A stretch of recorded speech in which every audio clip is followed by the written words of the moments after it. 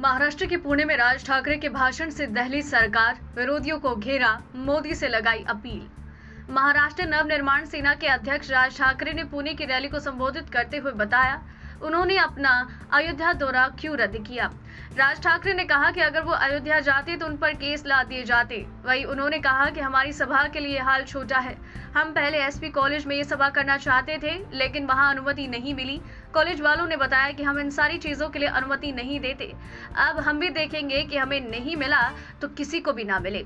इस दौरान राज ठाकरे ने कहा, मैं पीएम मोदी से समान नागरिक संहिता लागू करने की मांग करता हूं। साथ ही उन्होंने मांग की कि औरंगाबाद का नाम बदलकर संभाजी नगर किया जाए। जनसभा में राज ठाकरे ने लाउडस्पीकर के मुद्दे पर कहा कि अभी भी अपनी मांग को लेकर अड़िग हूं।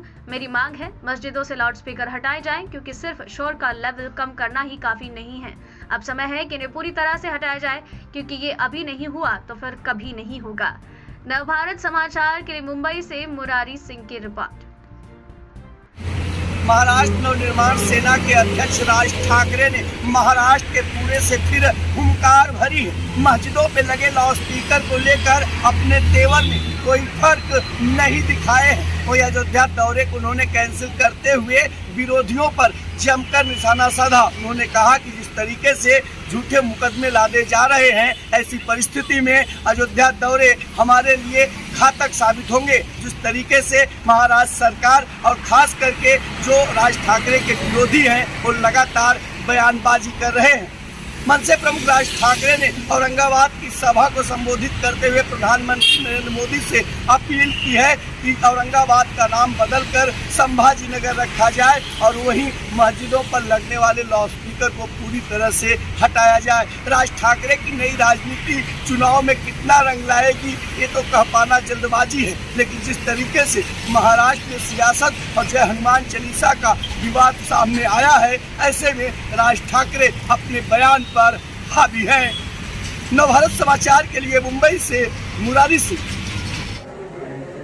आज की सभा में राज ठाकरे साहब जी ने अयोध्या क्यों नहीं गए, इसका कारण स्पष्ट किया। एक तो तबीयत का कारण था, दूसरा जो हिंदुत्व के विरोधक है, उनके विरोधक है, उनका कोई डाव था कि वहाँ जाके दंगा फसाद हो, कार्यकर्ते अटके जाए और जो माहौल खराब हो। इसी तरह की जो रचना थी, व्यूह रचना थी, उसमें फंसने का नहीं था। इसी तरह का उन्होंने कहा है। उद्धव जी ठाकरे साहब के ऊपर संभाजी नगर केवल कहने से नहीं होता, तो करने की आवश्यकता। मुख्यमंत्री है तो कहना, करनी और कथनी में फर्क है। यह भी उसने ये सब्जेक्ट दोहराया। जो औरंगजेब ने हमारे छत्रपति संभाजी राजे का छल किया, उनके जो कब्र है औरंगजेब की, जिन्होंने वो किया, उसका संरक्षण करने का काम ये सरकार करती है। इसका मतलब वो कौन सी विचारधारा को संरक्षित कर रहे हैं, उसके ऊपर भी बयानबाजी उनकी हो गई। उसके अलावा जो बाला साहब के क्रेडिबिलिटी के ऊपर, क्योंकि बाला साहब के विचार के ऊपर शिवसेना खड़ी है, आज का नेतृत्व खड़ा है, लेकिन कांग्रेस राष्ट्रवादी के साथ बैठने के बाद अभी बाला साहब को भूल गए, बाला साहब की विचारधारा को भूल गए। इसलिए अभी कांग्रेस राष्ट्रवादी के साथ होते हुए युवराज ने जो कहा कि बाला साहब को अच्छा लगता था, वो गलत है। बाला साहब को दुख होता था और इसलिए शिव सैनिकों को उन्होंने ऐलान किया कि बाला साहब के विचार की तोड़फोड़ इन लोगों ने की है, क्योंकि वही बोले थे कि बाला साहब सादे थे, भोले थे। मतलब बाला साहब से ज़्यादा अभी ये श्रेष्ठ बन गए, इनकी विचारधारा उनसे बड़ी बन गई है। तो बाला साहब की क्रेडिबिलिटी को संभाले, ये भी संदेश राज ठाकरे ने अपने भाषण से दिया। राज ठाकरे यांनी आज आपल्या भाषणामध्ये अयोध्या दी ट्रॅप या चित्रपटाची अत्यंत गंभीर कहाणी सांगितली आणि या कहाणीचा रचयिता दुसरा तिसरा कोणी नसून भारतीय जनता पक्षच आहे, हे देखील महाराष्ट्राच्या जनतेला कळून चुकलेलं आहे। एकंदरच त्याने असं म्हटलं की जर अयोध्येला गेले असते तर मनसैनिकांवरती मोठ्या प्रमाणामध्ये तिथे केस टाकले असते, त्यांना जेलमध्ये सडवलं असतं, तर तिथे तर महाराष्ट्र विकास आघाडी सरकार नाही, तिथे योगी आदित्यनाथांचं भारतीय जनता पक्षाचं सरकार आहे। म्हणजे राज ठाकरे यांच्या म्हणण्यानुसार भारतीय जनता पक्षाच्या सरकारनं मनसैनिकांना जेलमध्ये सडवलं असतं, हे यातनं दिसून येतं। दुसरीकडे तिथे जे आंदोलन करणारा भारतीय जनता पक्षाचाच खासदार आहे, त्यामुळे महाराष्ट्रातनं जर रसद कोणी पुरवण्याचा प्रयत्न केला असेल तर तो भारतीय जनता पक्षाचाच असू शकतो, इतका गंभीर आरोप आज राज ठाकरे यांनी केलेला आहे. आणि त्यामुळे आम्ही काही दिवसांपूर्वी जे सांगितलं होतं ते निश्चितपणे सत्य आहे, हे राज ठाकरे यांनी स्वतः मान्य केलेलं आहे. राज ठाकरे यांच्या मनसेची कुचंबणा करण्याचं काम दुसरं तिसरं कोणी केलेलं नाही, तर भारतीय जनता पक्षानंच केलेलं आहे. ज्या वेळेला कळलं की हिंदुत्वाच्या वोट बँकेमध्ये एक वाटेकरी नवीन तयार होतो, त्यावेळेला विश्व हिंदू परिषद आणि बजरंग दलानं औरंगाबाद सभेच्या आधी काढता पाय घेतला. आणि दुसरीकडे उत्तर भारतीय मतदारांवरती प्रभाव टाकण्यासाठी मनसेची जाणीवपूर्वक नामुष्की करण्यात आली, हे देखील यातनं दिसलेलं आहे. भारतीय जनता पक्ष किती कुटील कारस्थान करू शकतं हे या अयोध्या दी ट्रॅप या चित्रपटाच्या कहाणीमधनं निश्चितपणे लोकांच्या समोर आलं असेल. सर, राज ठाकरे की जो सभा हुई पूना में, उस पर उन्होंने वापस सरकार के काम पर सवालिया निशान खड़े किए और साथ ही औरंगाबाद का नाम संभाजी नगर करने की अपील अब उन्होंने सीधे जो प्रधानमंत्री हैं नरेंद्र मोदी जी उनसे की है. नरेंद्र मोदी जी को सबसे पहले ये आप रिक्वेस्ट करिए, मांग करिए राज ठाकरे जी, अहमदाबाद का नाम क्या रखोगे? पहले गुजरात में ऐसे बहुत सारे नाम है, उसका तो नामांतर कराओ. ऐसा है कि इतिहास के साथ हम कितनी भी छेड़छाड़ करें, इतिहास इतिहास रहेगा. सदियों से चला आ रहा है.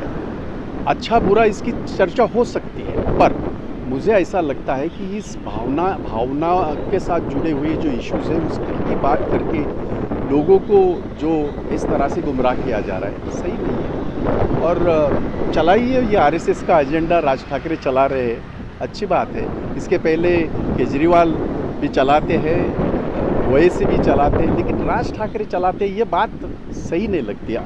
ये मैं व्यक्तिगत भी बोल रहा हूँ, क्योंकि उनका एक लहजा अलग था, अब नहीं है. तो चलाइए आप, जो एजेंडा आपको चलाना है चलिए, उससे कोई फ़र्क नहीं पड़ता. सर, जो एक प्रमुख मुद्दा काफ़ी दिनों से चर्चा में रहा महाराष्ट्र में, वो मस्जिदों पर लगे लाउडस्पीकर का.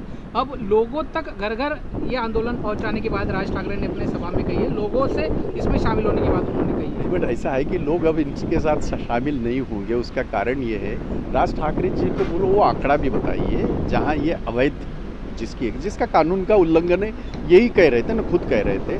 महाराष्ट्र में जो 10,000 से कुछ ऐसे 10,500 के आसपास मस्जिद है, थोड़ा आंकड़ा यहाँ वहाँ हो सकता है, उनमें से 137 मस्जिदों का ये इशू था, वो सॉर्ट आउट किया गया.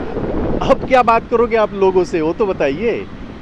तो ये सब मुद्दे जो मैं चाहता हूँ ना कि राज ठाकरे भी इस बात को समझते. आरएसएस का हमेशा तरीका रहा कि इस्तेमाल करना लोगों को. आज वो राज ठाकरे को इस्तेमाल कर रहे, वो ताज्जुब हो रहा है. राज ठाकरे ऐसा लीडर नहीं थे, आज भी वो लीडर है, ऐसे नहीं थे. बट ठीक है भाई, आप अपना एजेंडा चलाइए, आरएसएस का एजेंडा आपके कंधों पे चलाइए. इस देश के संविधान के बिल्कुल मुखालफत करते हुए जो उत्तर भारतीयों को अपमानित किया, मैं समझता हूँ कभी उत्तर भारतीय आपको माफ़ नहीं करेगा. उत्तर भारतीय भूखा रह सकता है, उत्तर भारतीय गरीबी के दिन गुजार सकता है, परंतु अपने सम्मान से कभी समझौता नहीं कर सकता. और आपने उसके सम्मान को ठेस पहुंचाया है.